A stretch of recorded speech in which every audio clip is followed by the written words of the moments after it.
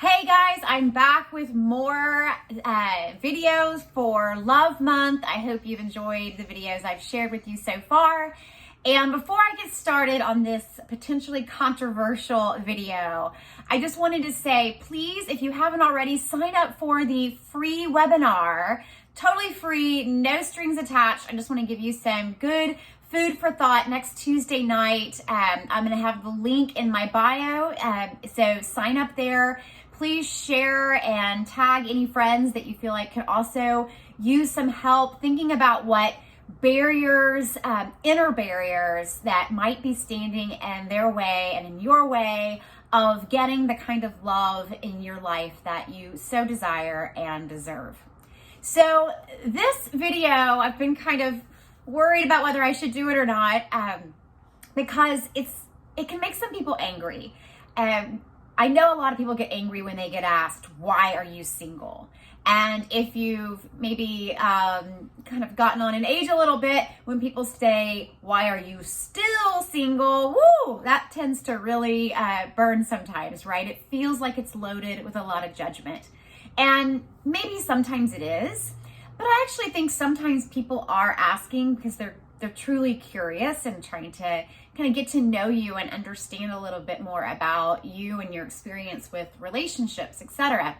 I know that is why I'm posing that question to you today. It is truly out of a sincere desire to help you grow, help you think a little bit more about yourself in context of seeking out the right partner and relationship for you. So I can only speak, of course, from my experience, and I hope I have said it all along. I am in the trenches with you. I am a work in progress, but I like to talk about this topic so much because I know I've struggled so much with inner barriers and negative thought patterns and negative dating patterns, honestly, that have kept me single. So if you're not willing and ready to sort of look at yourself, then you're going to get mad about this video. Just turn it off now. But I reached a point in my life where I realized it was no longer accurate or fair to just keep saying, oh, I just haven't met the right one, right? It's all about them. I haven't met the right person. That's only half true, if that.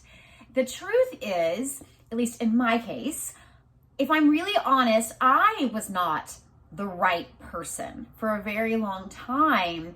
I wasn't a bad person. I wasn't doing horrible things. There was nothing like so wrong with me. But when it came to seeking out real love, companionship, the kind of relationship that was really going to work for me, I had a lot of growing that I had to do and a lot of learning about myself. And it's not about blaming it on the past, but for me, when I really started exploring the patterns in my relationships and some of the inner blocks and thoughts that I had, they did stem from some early childhood experiences with men, some early formative relationships that taught me some really unhealthy things about what it looks and feels like to be in a relationship with, in my case, with a man. So, it makes sense that my thoughts, the things that had happened to me in life had sort of put some thoughts and beliefs in my head, and those were playing out in my dating life.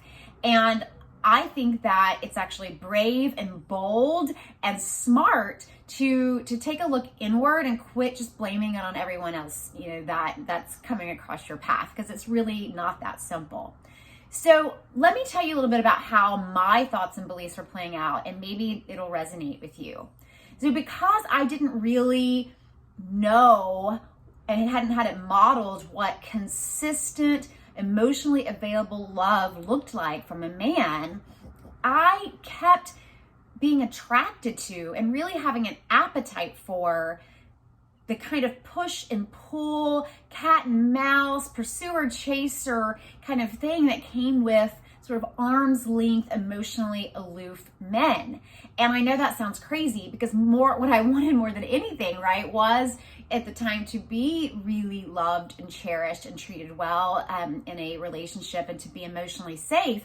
But it wasn't anything I was used to. So I stayed in my comfort zone in a weird way by continuing to choose the same type of man and same type of dynamic over and over, where I was always just trying to be, to earn love, earn the affection. It always felt a little bit like it was going to slip away if I didn't work hard enough to keep this person in my life.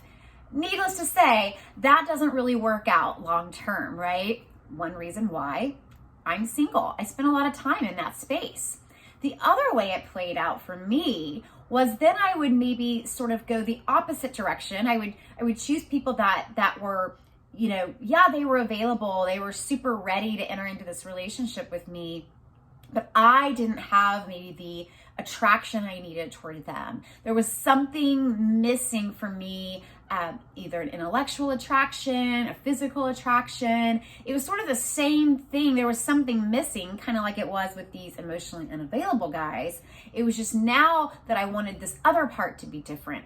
But either way, I really wasn't engaging in dating and building relationships with people that really met my true needs. So I always was able to say, there's something missing here, there's something missing there, or I was always trying to see if it would change or I could talk myself into it.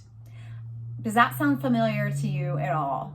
Now, I know no one's perfect, right? Of course, no one's perfect. But what I see from my clients, what I have experienced in my life, is that when we spend too much time and energy trying to fit people, trying to make it work, trying to convince ourselves to overlook something, whether that's the emotional availability, whether that's the attraction, whatever it is, if you are going into it already wishing something were different about this person, that something was different about them, that's really not probably going to end up with getting you out of this singleness that you want to be out of. So listen, I'm not sure dating is a numbers game.